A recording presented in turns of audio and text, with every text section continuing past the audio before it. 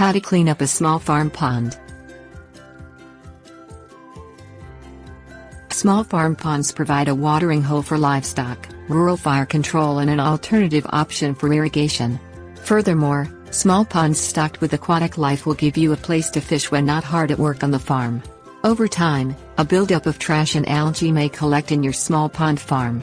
Proper cleanup and regular maintenance can restore the cleanliness of the pond. Things you'll need: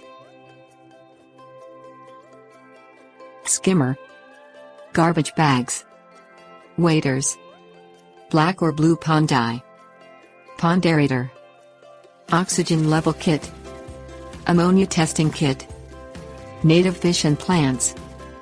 Remove trash and other debris from the pond by cleaning the top of the water with a skimmer. Place the trash and debris in a garbage bag.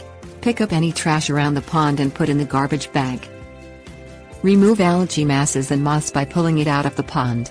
Wear a pair of waders and clean the moss and algae masses from the edges of the pond. Apply black or blue pond dye to help prevent algae.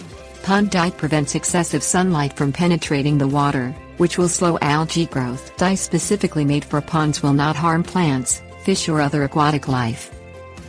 Aerate the pond by installing a pond aerator. Aerators keep the water moving, which will help prevent the growth of algae.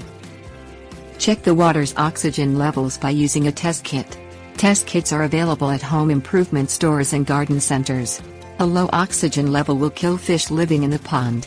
Adding a pump, waterfall, or aerator will increase the oxygen levels in the pond. Test the ammonia and nitrate levels with a home testing kit. High levels of ammonia and nitrates will throw your pond's ecosystem off balance and kill aquatic life.